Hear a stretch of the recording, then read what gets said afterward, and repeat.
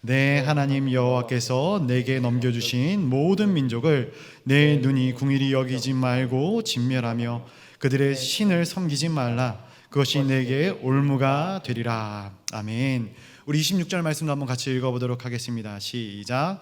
너는 가증한 것을 내 집에 들이지 말라. 너도 그것과 같이 진멸당할까 하노라. 너는 그것을 멀리하며 심히 미워하라. 그것은 진멸당할 것임이니라. 아멘.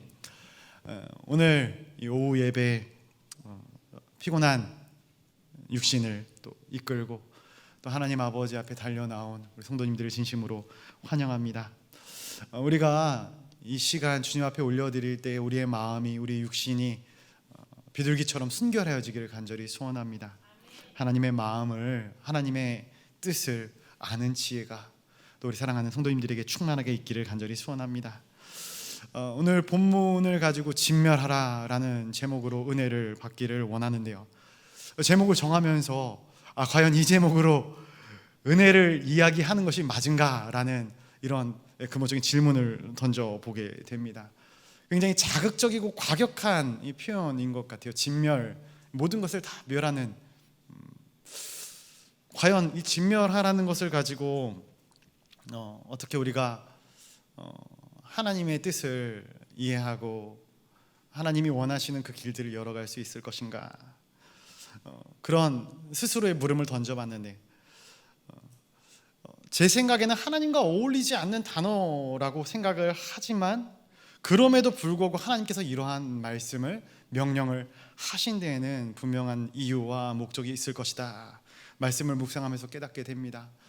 제가 받은 은혜를 함께 나누며 또 함께 하나님의 뜻을 찾아가는 귀한 시간이 되시기를 소원합니다. 우리가 보진 않았지만 신명기 6장에 보면은 신명기 6장에 큰 주제가 있어요. 메인 타이틀이 있는데 그것이 5절의 말씀인 것 같아요.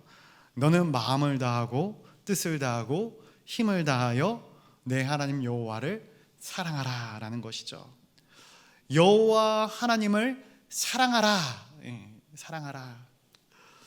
그런데 이것은 어떤 청유, 권유의 문장이 아닙니다. 너 여호와 하나님을 좀 사랑해 주지 않을래? 너 하나님을 좀 사랑하는 삶을 살아보면 어떻겠니? 라는 이런 뉘앙스의 문장이 아니다라는 것이죠. 명령입니다. 절대적인 것이에요. 너는 반드시 마음과 뜻과 힘을 다해서 여호와 하나님을 사랑해야만 한다라는 것이죠. 절대적인 명령. 그렇다면 이 절대적인 명령을 어떻게 해야 우리가 따를 수 있겠는가? 그것이 우리가 함께 본 7장, 이 신명기 7장이 그것에 대한, 그 질문에 대한 답을 더해주고 있습니다. 11절 말씀 이렇게 기록이 되어 있습니다. 너는 오늘 내가 내게 명하는 명령과 규례와 법도를 지켜 행할지니라. 아멘. 여호와를 사랑하라 명령을 하시는데 어떤 것이 여호와를 사랑하는 것인가? 여호와를 사랑하는 자들은 하나님의 명령과 규례와 법도를 지켜 행하는 것, 이러한 자들이 하나님을 사랑하는 자들이다. 그러면서 실질적인 부분에 대해서 말씀을 해주고 있어요.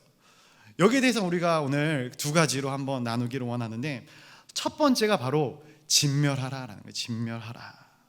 우리 16절의 말씀을 한번 같이 읽어보도록 하겠습니다. 16절입니다. 시작. 내 하나님 여호와께서 내게 넘겨주신 모든 민족을 내 눈이 궁일이 여기지 말고 진멸하며 그들의 신을 섬기지 말라. 그것이 내게 올무가 되리라. 아멘. 하나님께서 오늘 명령을 하시는데 이스라엘 백성들에게 뭐라고 명령을 하시냐면은 가나안 족속을 진멸하라라고 말씀하는 거예요. 멸망시켜야 된다라는 거예요. 그런데 진멸할 때에 불쌍히 여기지 말아라. 내 눈이 그들을 긍휼히 여기지 말아라. 그러면서 이어지는 것이 그들의 신을 섬기지 말라는 것도 같이 이야기를 하셔요. 그리고 그 이유에 대해서 그것들이 내게 올무가 될까 하노라라는 것이에요. 즉 그들을 진멸하여야 되는데 너희가 혹시라도 그들을 불쌍히 여겨 그들을 살려주게 된다면 그들의 신으로 인해서 너희가 넘어지게 될 것이다. 올무가 되어 너희들을 넘어뜨리게 될 것이다 라고 하나님께서 말씀하고 있는 것이죠. 그런데 이 말씀을 묵상하다 보니까 이 시대의 크리스천들이 갖고 있는 이 딜레마, 어려움이 바로 이런 것들이 아닌가 생각이 되어지더라고요. 우리가 세상에서 빛과 소금의 역할을 감당하며 살아가야 되지 않겠습니까? 그래서 빛과 소금의 역할을 감당하기 위해서 세상에 속한 사람들, 세속적인 사람들을 긍휼히 여겨요. 그리고 그들에게 하나님의 선한 영향력을 끼치고자 애를 씁니다. 그래서 그들을 배려해줘서 그들과 동석을 하기도 하고 그들과 함께 합니다. 그런데 문제는 내가 그들에게 선한 영향력을 끼치면 너무나도 다행인데 그게 아니라 역으로 내가 그들에게 세속적인 영향력을 받아들이는 삶을 살아가고 있는 모습을 보게 되는 것이죠.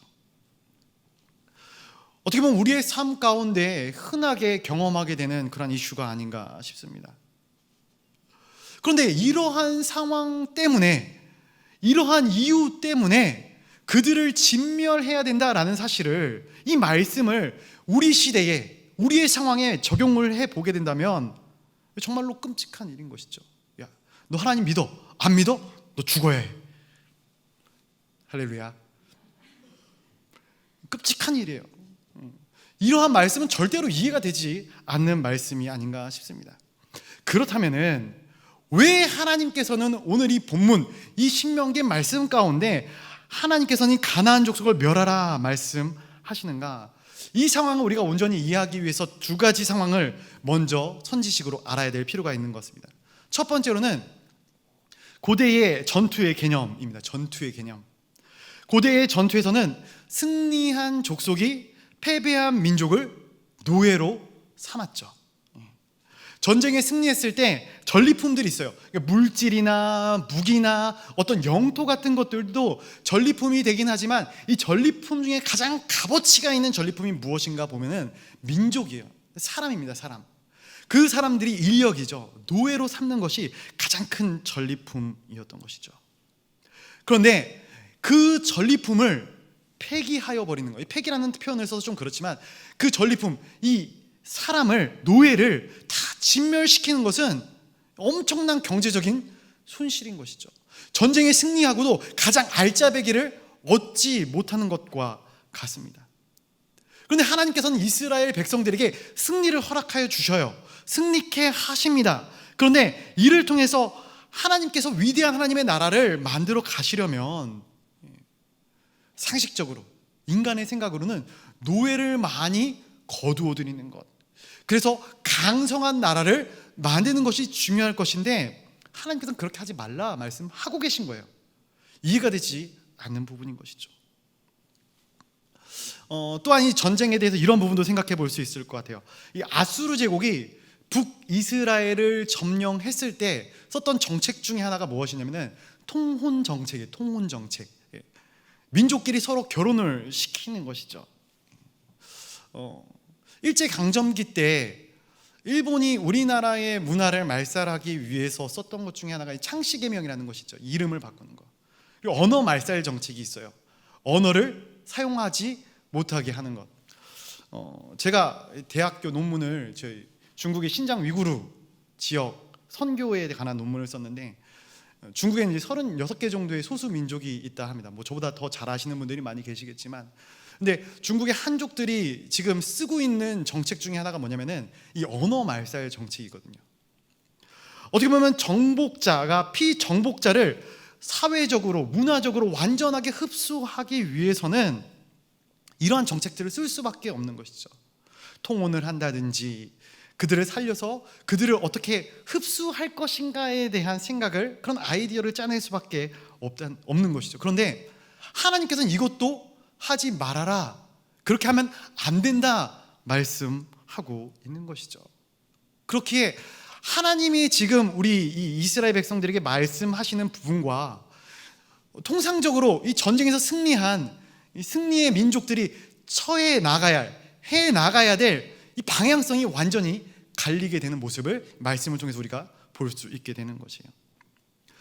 두 번째로 이 질문에 대해서 고려해 봐야 될 상황은 무엇이냐면은, 이해해야 될 상황은 무엇이냐면은 바로 이스라엘의 제사 제도에 대한 이해입니다. 하나님께 제사를 지낼 때 제사의 일부를 제사장에게 드리는, 제사장의 몫으로 주는 그러한 제사가 있었어요. 그리고 화목제 같은 경우는 제사를 드리고 난 후에 그 제사된 제물들을 제사를 같이 진행했던 물질을 바친 사람과 제사장들과 함께 교제하면서 나눠 먹기도 했었죠. 그런데 고대 이스라엘의 제사 제도 중에 이 제물, 바쳐진 제물을 온전히 하나님 몫으로 하나님의 제단 위에서 다 불살라서 바치는 경우가 있었다라는 거예요. 이러한 경우를 바로 헤렘이랍니다. 헤렘. 이 헤렘이라는 것은 제물을 다른 누군가와 공유하지 않아요. 오직 하나님께만 바치는 것을 헤렘이라 이렇게 이야기를 합니다. 근데 오늘 이 신명기 7장 말씀 7장 2절에 보니까 어떠한 표현이 나오냐면은 진멸할 것이다 라는 표현이 나와요. 진멸할 것이다. 그리고 오늘 우리가 함께 본 26절의 말씀에 보니까 진멸당할까 하노라 라는 단어가 나와요. 근데 표현이 나오는데 여기서 이 진멸이라는 단어, 이 두 단어가 바로 헤렘입니다. 헤렘. 오늘 7장 이 본문을 쭉 보면은 진멸, 멸망, 멸한다, 이런 멸망에 대한 표현들이 굉장히 많이 쓰여지고 있는데 가장 앞과 가장 뒤에만 이 헤렘이라는 진멸이라는 단어가 쓰여지게 되는 것이죠.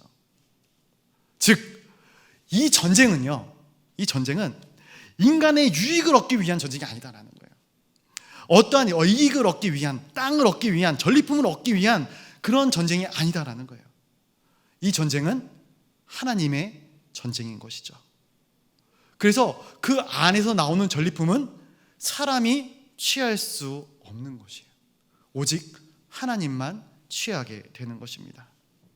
그래서 그 전리품들을 다 진멸해서 마치 하나님 앞에 번제물로 태워서 바치는 것처럼 바치는 것이 바로 이 진멸 헤렘이라는 것이죠. 그래서 우리가 잘 알고 있는 우리 가나안 첫 번째 전쟁, 무슨 전쟁이죠? 주님, 다 아시는데 여리고 전쟁이죠. 여리고 전쟁. 이 여리고 전쟁에서 하나님께서는 이스라엘 백성들에게 무엇을 명하시는가? 헤렘을 명하십니다. 헤렘. 그런데 어떻게 됩니까? 헤렘이 이루어집니까? 아니죠. 이루어지지 않아요.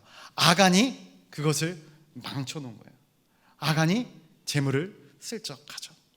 결국 이 아간이 대신 진멸을 당하는 모습을 보게 됩니다. 본문 26절에서도 말씀합니다. 너는 가지한 것을 내 집에 들이지 말라. 왜 그렇습니까? 이것으로 인하여서 너도 그것과 같이 진멸할까 하노라 라는 것이에요. 그렇다면은 이 진멸하시는 하나님의 모습들을 바라보면서 지금 굉장히 다운된 모습으로 예배, 제 느낌만 그런가요? 하나님을 향해서 하나님 정말 너무하신 것 아닙니까? 하나님 제대로 하나님께서 말씀하신 것이 맞습니까? 이렇게 생각하는 분들이 있지 않을까 싶어요.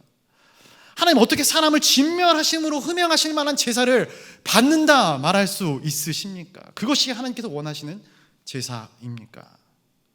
하나님은 혹시 이스라엘을 위해서 가나안을 버린 것이 아니십니까? 그래서 어떤 사람들은 이 본문을 보면서 이러한 이 사건을 통해서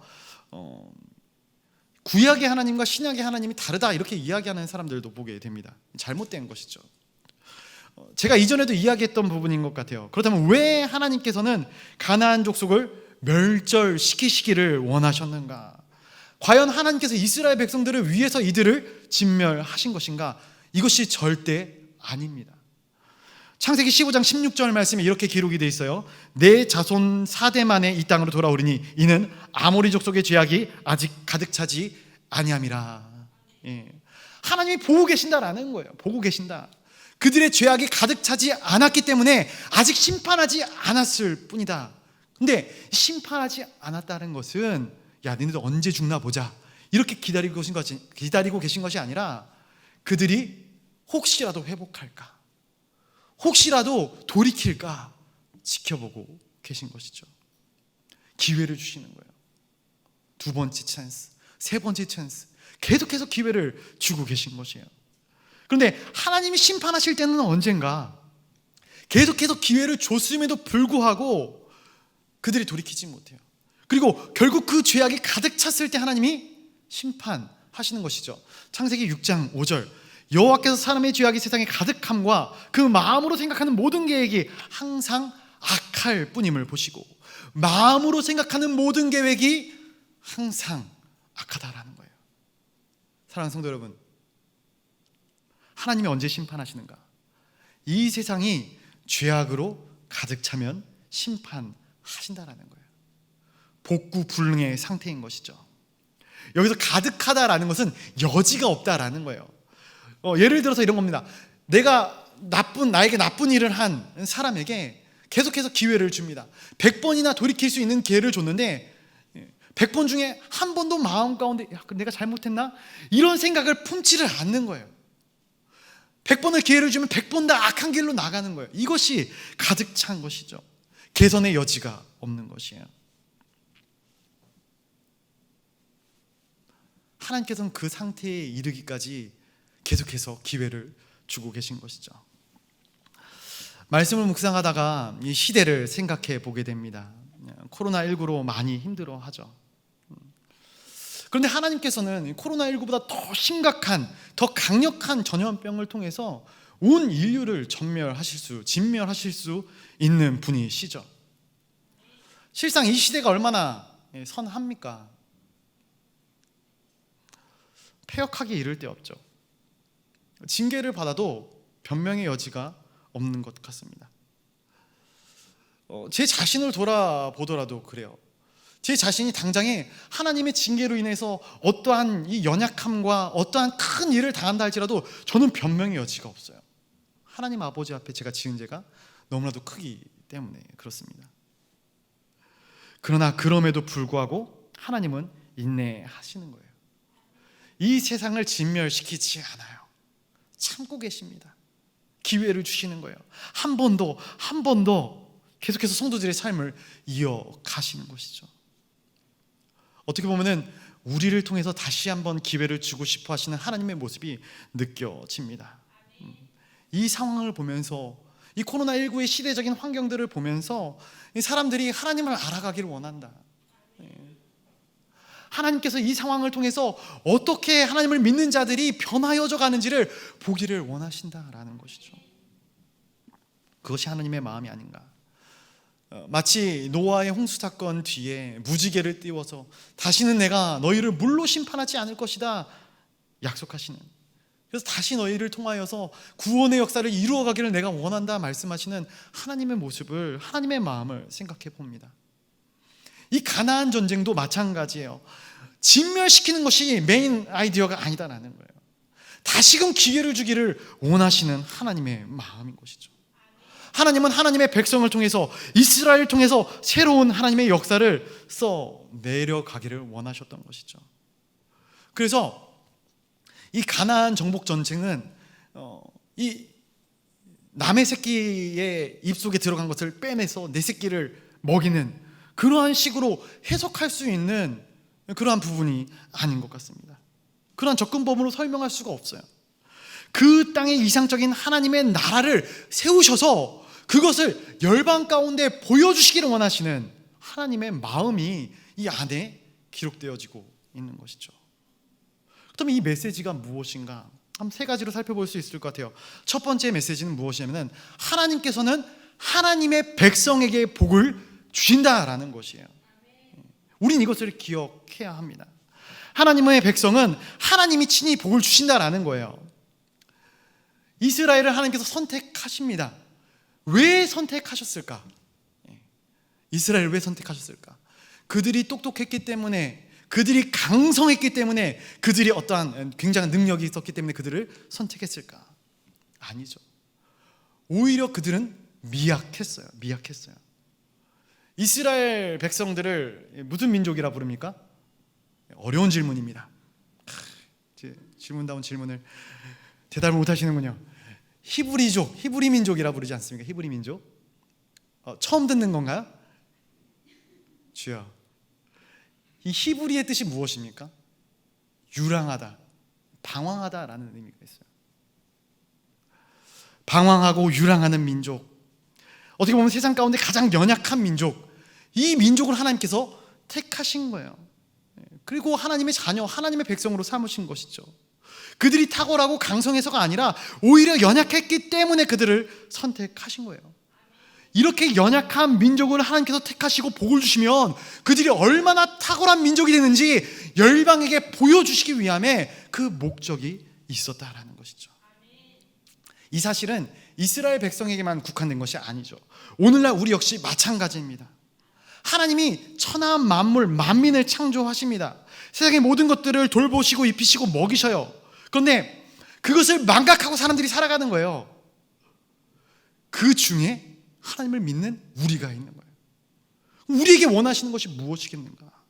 무엇을 우리에게 원하시겠는가? 우리의 존재 자체가, 우리의 삶 자체가 하나님의 은혜이고 하나님의 강복이라는 그 사실을 우리의 삶을 통해서 믿지 않는 자들에게 보여주라는 것이죠. 사랑하는 동방교회 성도님들 한 분 한 분을 통해서 세상에 이러한 고백이 나타나기를 간절히 소원해요. 아, 저분은 정말로 하나님의 은혜로 살아가는 사람이구나. 아, 저분은 정말로 하나님께서 함께 하시는 사람이구나.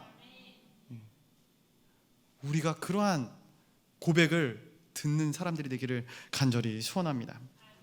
두 번째 주는 메시지는 하나님의 백성은 하나님의 말씀에 순종한다라는 거예요. 무슨 말인가? 세상의 사람들은 세상의 처세술과 세상의 가치관, 그것들로 살아나갑니다. 그러나 하나님의 백성들은 지켜야 될 계명, 언약, 말씀들이 있다라는 사실이죠. 신명기 7장 6절, 너는 여호와 내 하나님의 성민이라. 성민, 성도. 왜 우리가 하나님의 말씀을 지켜 행하여야 하는가? 그것은 우리가 성민이기 때문입니다. 제가 교회 안에 사역을 하면서 교회의 방향성과 교회의 지침을 따르며 살아갑니다. 왜 그런가? 제가 이 교회에 소속된 목사이기 때문에 그렇습니다. 우리가 하나님의 나라의 백성이기 때문에, 성민이기 때문에 하나님의 명령과 하나님의 말씀 안에서 살아나가야 되는 것이죠. 그런데 이것 또한 굉장한 은혜이고 축복인 거예요. 사람들은 복 자체를 선호해요. 그렇죠? 여러분, 돈 많이 버십시오. 큰 권력을 누리십시오. 이 땅 가운데 미천한 자의 자리에 처하지 마시고 강성하고 높은 자의 자리에 처하십시오 라고 이야기했을 때, 아, 목사님 왜 저래? 이렇게 이야기하는 분은 아무도 없을 줄로 압니다. 대부분의 사람들이 그렇거든요. 복 자체를 선호해요. 그런데 한 번 더 생각을 해보면 우리가 복을 받는다고 거룩해지지는 않는 것 같아요. 그렇죠? 아니, 오히려 복을 받고 타락해져 버리는 그러한 경우를 보게 됩니다. 타락해지면 어떻게 됩니까? 받은 복마저도 빼앗기게 되는 것이 연약한 우리네들의 모습이 아니겠습니까? 그런데 반대로 거룩해지면 하나님의 복이 임한다라는 거예요. 그리고 거룩해져서 우리 가운데 임하는 그 복은 빼앗기지 않는 거예요. 하나님이 지키시고 보호하시기 때문에 그렇죠. 그래서 하나님께서 이스라엘 백성들이 가나안 땅에 들어가서 누리는 것을 다 누리되, 오늘 이 본문 말씀에서 뭐라고 이야기를 하고 있는 것이냐면은, 왜 진멸하라라고 말씀하고 있는 것이냐면은 바로 거룩 때문에, 거룩해야 하기 때문에 그렇다라는 것이죠. 하나님의 백성으로 너희가 살 때에 거룩한 삶을 살지 않으면 너희가 받은 복으로 인하여 타락하고 모든 것을 다 뺏기고 진멸될 것임을 하나님께서 알기 때문에 그렇게 말씀하시는 것이죠. 결국 세 번째, 이 말씀을 통해서 우리에게 주는 메시지가 무엇인가? 결국 하나님께서는 이스라엘 백성이 열방의 복이 되기를 원하셨다라는 메시지인 것이죠. 이것을 우리가 잘 아는 한마디로 축복의 통로, 이렇게 이야기를 합니다. 축복의 통로. 사랑하는 성도 여러분, 우리 옆에 분들과 한번 얼굴 보며 이렇게 한번 인사할까요? 중간에 인사시켜서 죄송합니다. 하나님의 축복의 통로가 되십시오. 감사합니다. 순종해 주시어 감사합니다. 우리 사랑하는 성도님들이 축복의 통로가 되시기를 간절히 소원합니다. 통로라는 말에서도 알 수 있듯이 이 통로라는 것은 자기 혼자 누리고 끝내는 것이 아니죠. 흘려 보내라라는 것이에요. 근데 또 다시 한번 곰곰이 제가 말씀을 묵상하면서 생각해 보면은 아까 전에도 말씀드렸던 것처럼 이 가나안 전쟁도 그렇고 우리의 신앙 생활도 그렇고 이 단순 논리로는 굉장히 설명하기 불가능한 것들이 많이 있는 것 같아요. 예를 들면 이런 것이죠. 하나님께서 나를 선택해 주셨으니 이제는 내가 복 받는 인생, 복된 인생이 되었다. 근데 이것이 크리스천의 삶의 전부가 아니다라는 거예요. 하나님께서는 우리를 통해서 하나님의 나라가, 하나님의 언약이, 하나님의 복이 흘러 들어가기를 원하시는 것이죠. 그래서 우리는 과연 나를 통해서 가족에게, 내 이웃에게, 직장 동료에게 복이 흘러 들어가고 있는가를 점검해 봐야 되는 거예요. 과연 나를 만나는 사람들이 하나님의 은혜를 경험하고 있는가 생각해 봐야 된다는 것이죠. 나를 통해서 이 나라와 이 민족 가운데 하나님의 거룩하신 그 이름이 흘러 들어가고 있는가. 어깨가 굉장히 무거울 수 있어요. 아까 전에 인사하셨죠? 물을 수 없습니다. 축복의 통로가 되는 삶을 사십시오. 쉽지 않습니다. 어려워요. 쉽게 이야기할 수 있는 부분이 아닙니다. 하나님께서 우리에게 맡겨주신 사명입니다. 하나님이 이스라엘을 특별히 사랑해서 야, 너는 내 백성이니까 그냥 이 땅 내가 너희 다 줄게. 너희 다 가져라. 그래서 이스라엘 백성에게 그 땅을 허락하여 준 것이 아니에요. 이 가나안 땅을 주면서 그들에게 사명을 주신 것이죠. 그런데 그 사명을 그들이 감당하지 못하면 어떻게 되는가? 그들 역시 진멸하는 것입니다. 사랑하는 성도 여러분, 하나님이 온 열방 가운데 복의 통로가 되도록 사람들을 창조하셨어요. 팩트입니다. 이것이 진리예요. 그런데 사람들이 어떻게 하는가? 복을 흘려보낼 생각을 하지 않아요. 그 복을 나만 누리며 살아가고자 합니다. 끌어안고 사는 것이죠. 그러다 보니까 타락하는 거예요. 무너지는 거예요. 멸망하게 되는 거예요. 진멸의 대상이 되고 마는 것이죠. 하나님께서는 온 지구 가운데 그래서 가장 작은 이 팔레스타인이라는 나라에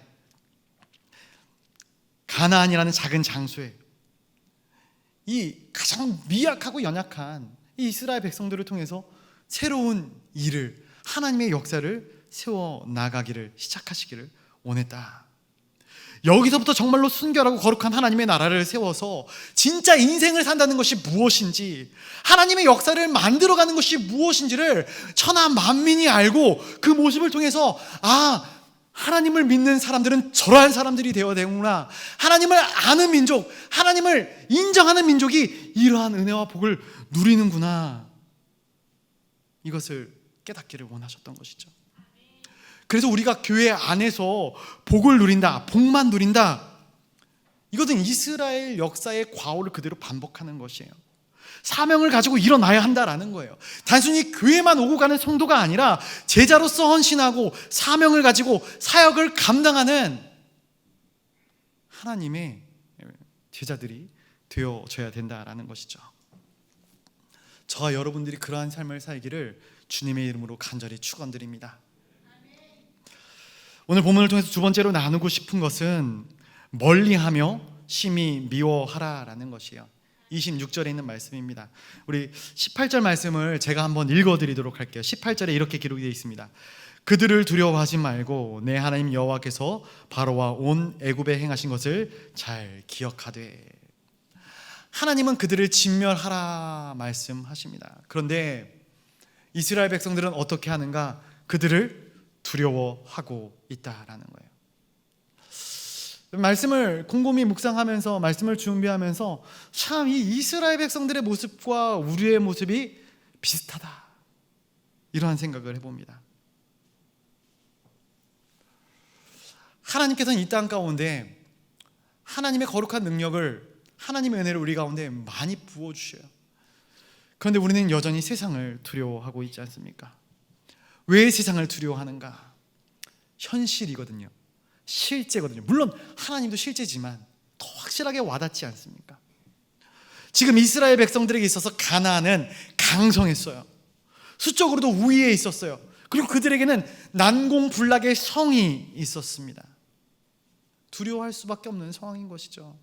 그런데 하나님은 그들을 두려워하지 말라라고 말씀합니다. 여기서도 명령형을 쓰고 있어요.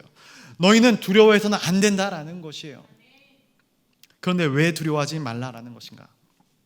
근거 없이 이야기하시는 하나님이 아닙니다. 그들에게는 이미 하나님이 그들을 도우셨다라는 경험이 있어요. 하나님이 세상 어떠한 것들보다 더 위대하시고 놀라운 능력이 있으신 분, 승리의 하나님이신 분이다라는 사실을 그들이 알게 만들어 주셨거든요. 바로와 온 애굽에게 행하신 그것들을 너희가 기억하라라는 거예요. 그리고 이것은 이스라엘뿐만이 아니라 당시에 고대 근동에 있는 수많은 민족들이 이 여호와의 이름을 알고 두려워 떨고 있었거든요. 이 여리고 전쟁할 때도 그 말씀 본문에 보면은 너무나도 여실히 드러나는 거죠. 그런데 이스라엘 백성들은 두려워하고 있는 것입니다. 그래서 21절 이렇게 이야기합니다. 제가 또 한번 읽어드릴게요. 21절입니다. 너는 그들을 두려워하지 말라. 너희의 하나님 여호와 곧 크고 두려운 하나님이 너희 중에 계심이니라. 아멘. 하나님께서 무엇을 명령하시는가? 무엇을 명령하시는가? 세상을 두려워하지 말고 하나님을 두려워해야 한다라는 거예요. 더 나아가서 세상 역시 하나님을 두려운 하나님으로 바라봐야 된다라는 것이죠. 이것을 보여주기 위해서라도 우리는 세상 사람들이 살아가는 방식과 다른 방식을 선택해야 되는 것입니다. 유명한 말씀이죠. 로마서 12장 2절 상반절에 너희는 이 세대를 본받지 말고, 시대의 흐름을 본받지 말라라는 거예요. 여러분, 세상을 따라가려 하지 마시고 하나님을 본받으시길 바랍니다. 세상을 두려워하지 마시고 하나님을 두려워하지 마시길 바랍니다. 그래서 이러한 표현이 있어요. 눈 가리고 아웅한다. 우리는 사람들 앞에서 눈 가리고 아웅할 수 있어도 하나님 앞에서는 이런 모든 것들이 다 소용이 없는 것이죠. 사업을 하면서 세상 사람들이 법을 악용해서 이득을 본다고 해서 나도 그들처럼 법을 악용해서 이득을 볼 필요는 없는 것이죠. 오히려 법을 지키면서도 하나님께서 주시는 복과 은혜들을 누리실 수 있는 자신감이 있는 우리 통도님들이 되시기를 바라요. 교회도 마찬가지입니다. 교회가 사회법을 어기거나 교회법을 어기면서까지 성장에 목매어서는 안 된다, 저는 생각합니다. 교회가 돈이나 권력, 세상 사람들이 바라보는 가치관들을 추구하면서 운영해 나가서는 안 된다는 것이죠. 그 순간 하나님의 임재하심을, 하나님의 일하심을 부정하는 것이 되어져 버리고 마는 것이죠. 교회는 세상과 다를 것 하나 없는 장소고 공동체가 되어져 버리고 마는 것입니다. 교회는 세상의 이권으로, 세상의 상식으로 움직여지는 곳이 아닙니다. 교회는 성령의 권능에 힘입어서 하나님의 역사심과 하나님의 인도하심으로 온전히 운행되어지는 곳이 교회인 것이죠. 물론 사람을 통해서 일하시는 하나님이시긴 합니다. 그러나 가장 중요한 것은 사람이 아니라 하나님이 일하시는 것이죠. 이것이 가장 강력하게 나타나야 되는 것이 이 시대의 교회인 줄로 믿습니다. 이것이 거룩이에요. 거룩. 가정에서도 마찬가지입니다. 자녀들에게 성공과 지식을 가르치기에 앞서서 하나님의 거룩을 가르쳐야 합니다. 예전 어르신들을 보면은 이런 얘기들을 많이 하죠. 말세다 말세야. 우리 어렸을 때 혹시 들어보셨나요? 근데 저도 약간 나이가 들면서 요즘 젊은 세대들을 보면서 그런 표현을 하는 것 같아요. 야, 진짜 마지막 때가 가까워왔구나. 말세다. 이런 표현들을, 이런 생각들을 하는 것 같아요. 그런데 말세는요, 예수 그리스도께서 십자가를 지신 이후 지금까지 다 말세예요. 마지막 때입니다. 우리는 말세를 살아가고 있는 거예요. 그렇기에 우리는 세대가 어떠한 세대인가를 평가하고 비판하고 그들을 나무랄 것이 아니라 이 마지막 세대 속에서 우리와 우리의 자녀들이 어떻게 거룩을 추구할 것인지, 어떻게 거룩한 삶을 살게 할 것인지에 대해서 연구하고 가르쳐야 한다라는 것이죠. 이것이 중요한 것이에요. 우리가 축복과 현실에만 관심이 있고 기독교의 진리에 관심이 없기 때문에 우리의 자녀들은 하나님을 떠나가게 되는 것이죠. 우리의 신앙도 연약해지게 되는 것이에요. 변화단에서 예수 그리스도의 변형의 모습을 목격한 제자들, 그 중에 베드로가 뭐라고 고백합니까? 우리가 여기 있는 것이 좋사오니 주님, 여기에 초막셋을 짓고 여기에 머무르게 하옵소서. 주님의 임재가 머무는 그곳이 내가 너무나도 즐거운 거예요. 행복한 거예요. 기쁜 거예요. 내가 거기 머물기를 원하는 것이에요. 그런데 우리의 자녀들을 보니까 이런 고백이 나오지 않아요. 세속적인 복이 머무는 곳, 드라마 앞, 인터넷 앞, 아버지 거기가 좋사오니 나로 텔레비전 앞에서 조금 더 머물게 하옵소서. 여기에 초막셋을 짓고. 주님, 우리의 모습 아니겠습니까? 사랑하는 성도 여러분, 아이들의 성적이 떨어지는 것이 걱정입니까? 아이들의 신앙이 떨어지는 것이 걱정이십니까? 우리 자녀들이 시집 장가를 못 가고 있는 것이 걱정이십니까? 아니면 내 자녀가 교회에 안 나오는 것이 걱정이십니까? 우리 이러한 걱정의 포인트가 틀어져 있다 보니까 우리의 삶에서 터져 나오는 여러 가지 신앙적인 이슈들을 논리적으로, 신앙적으로 대체할 수가 없는 것이에요. 경험하는데 거기에 대한 확실한 솔루션을 내놓지 못하고 있는 것이죠. 결국 시간이 지나면서 내가 지금은 교회를 다녀도 다시금 세상과 교회 안에 양발을 다 담그고 있는 신앙인 모습이 나타나고 있는 것이 아닌가. 좌절하는 것이죠. 넘어지는 것이죠. 말씀을 준비하면서 이러한 저의 모습이, 또한 우리 성도들의 모습이 굉장히 두렵게 다가왔습니다. 주님, 어떻게 합니까? 어떻게 해야 할까요? 그러나 또 하나 소망을 바라보게 됩니다. 그럼에도 불구하고 우리가 말씀을 듣고 계시지 않습니까? 그럼에도 불구하고 우리가 말씀 안에 살고자 몸부림치고 있지 않습니까? 그렇다면 이제 한번 결단해 보시기를 바랍니다. 과연 우리는 하나님의 성민으로서 우리의 사명을 감당하기 위해서 무엇을 헤렘으로 바치고 있는가? 물론 우리가 세상의 복들을 누릴 수 있어요. 즐길 수 있습니다. 굳이 그것을 내려놓음으로 손해를 볼 필요가 없는 경우들도 있습니다. 그러나 때로는 우리의 손해를 감수하면서까지 내 인생에서 하나님께 헤렘으로 바쳐야 될 것들이 분명히 존재한다라는 것이죠. 이 거룩이라는 단어를 우리가 어떻게 생각하는지 모르겠어요. 그런데 제가 거룩이라는 단어를 계속해서 묵상하다 보니까 이 거룩이라는 단어가 굉장히 극단적인 단어더라고요. 이 성도, 성민도 마찬가지예요. 제가 성도라는, 성민이라는 이 단어를 굉장히 좋아하거든요. 거룩한 하나님의 백성이라는 단어를 굉장히 좋아해요. 구별된 삶, 거룩한 삶. 근데 이 거룩하고 구별된 삶이라는 것이 어떠한 삶인가 생각을 해보면은 그리스도를 닮은, 하나님을 닮은 삶을 살아가는 자들 아니겠습니까? 작은 예수 그리스도로 우리가 이 땅 가운데 살아나가야 되는 거예요. 예수 그리스도를 대변하는 삶을 저와 여러분들이 살아나가야 된다니까요. 그런데 거기에서 흠이 있어요. 죄악된 것들이 보입니다. 힘든 부분이 아닌가 싶어요. 그러나 힘들어도 우리가 노력하기 위하여, 애쓰기 위하여 하나님 아버지 앞에 처절하게 몸부림칠 때 그곳에 하나님의 평강과 평화가 임하기를 간절히 소원합니다. 말씀을 준비하면서 이야기를 할까 말까 고민을 좀 했어요. 자꾸 가족들 얘기를 하니까 출연료를 내라고 제 아내가 부끄러운 이야기입니다. 저희 딸이 좀 심리적으로 약간 불안정한 부분이 있어가지고 뭐 큰 문제는 아니다 생각이 되어지는데 놀이 치료를 받고 있습니다.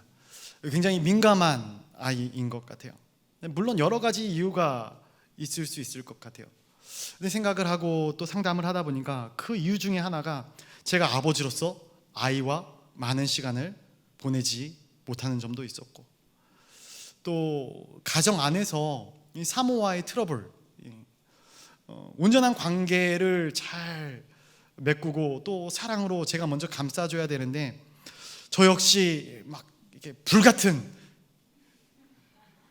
할렐루야 성격인지라 이렇게 한번 이렇게 잘 참다가 잘 안 참나? 이렇게 확 터지면 이렇게 막 일어나서 목소리가 커지는 어떻게 좋지 않은 모습들을 저희 아이에게 보였던 것이 아닌가 싶어요. 그 검사를 받고 제가 집으로 돌아오는 그날 제 자신에게 굉장히 많이 화가 나더라고요. 사역에 대한 부분까지 진지하게 고민을 될 정도로 화가 많이 났었어요.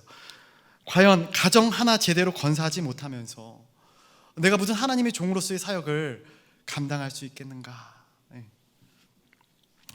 이러한 스스로 자책과 이런 죄책감들이 제 마음을 사로잡았던 몇 주 전에 그 후로 근데 제가 목소리를 좀 톤을 낮춰야겠다. 설교할 땐 좀 높아져도 죄송합니다만 좀 낮춰야겠다. 아내를 더 사랑하려고 애써야겠다. 우리 예슬이를, 제 아이를 사랑할 때 그리스도께서 좀 팔불출 같은 못난 나를 지금까지 인도하시고 사랑하신 그 사랑을 나도 참고 인내하면서 사랑으로 우리 아이에게 베풀어야겠다. 그래서 저희 아내가 왜 혼내지 않냐고, 잘못했을 때 혼내야지 왜 혼내지 않냐고, 저 안 혼내려고 좀 이렇게 많이 노력을 합니다.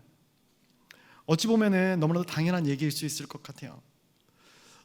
부끄러운 얘기일 수도 있고요. 그러나 이것이 제가 가식적이지 않게 목회를 해 나아가고 성도님들을 가식적이지 않는 모습으로 대하는 초석이라 생각하고 굳이 말씀을 드립니다. 우리의 삶의 자리에서 복의 통로로 가장 작은 가족에서부터 구역, 교회, 나라와 민족과 열방 가운데 하나님의 사랑을 증거하는 삶을 살아가시기를 간절히 소원합니다. 우리 26절 말씀을 한번 같이 읽고 말씀을 맺고자 하는데요, 26절 한번 같이 읽어보도록 하겠습니다. 시작. 너는 가증한 것을 내 집에 들이지 말라. 너도 그것과 같이 진멸당할까 하노라. 너는 그것을 멀리하며 심히 미워하라. 그것은 진멸당할 것임이니라. 아멘. 하나님께서 우리에게 말씀하십니다. 하나님이 가증하다 말씀하신 것을 우리가 품고 살아나간다면 우리 역시 진멸당하게 될 것이다. 사랑하는 성도 여러분, 간절히 소원하옵기는 우리가 성도라는 이름, 성민이라는 이름에 걸맞는 삶을 살아나가시기를 간절히 소원합니다. 거룩한 백성으로, 작은 예수로 우리의 헤렘을 주님께 바칠 수 있는 용기와 지혜가 있기를 간절히 소원합니다. 작은 곳으로부터 큰 곳에 이르기까지, 가정으로부터 열방에 이르기까지 우리가 작은 예수로서의 삶을 살아나갈 때 우리를 통해서 이 지역이, 이 민족이, 이 열방이 변화될 놀라운 날들을 기대하고 소원합니다. 기도하겠습니다. 사랑해 주님, 우리를 온전케 하시는 하나님, 너무나도 작고 연약한 우리를 하나님께서 택하사 우리를 통하여 하나님의 일을 이루어 나아가시기를 원하시는 하나님의 마음을 다시 한번 깨닫습니다. 축복의 통로로서, 작은 예수로서 정말 쉽지 않지만 이 땅 가운데서 하나님께서 우리에게 살아가기 원하시는 그러한 삶들을 살아나갈 수 있는 지혜와 능력이 우리 가운데 있게 하여 주시옵소서.